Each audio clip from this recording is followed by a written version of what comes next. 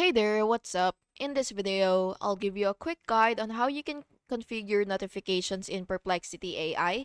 This is super useful if you want alerts for new features, saved threads, model updates, or pro announcement. And yeah, you do have to make sure that you're on the latest Perplexity version so your notification settings match the current UI. So yeah, let's begin. So the first thing that you will have to do is open your Perplexity settings. You will just have to click your profile, and then what you will have to do is click notifications, which is right here, and you will just have to wait for it to load. And now that you're here, what you will have to do is you will just have to enable or disable email notifications.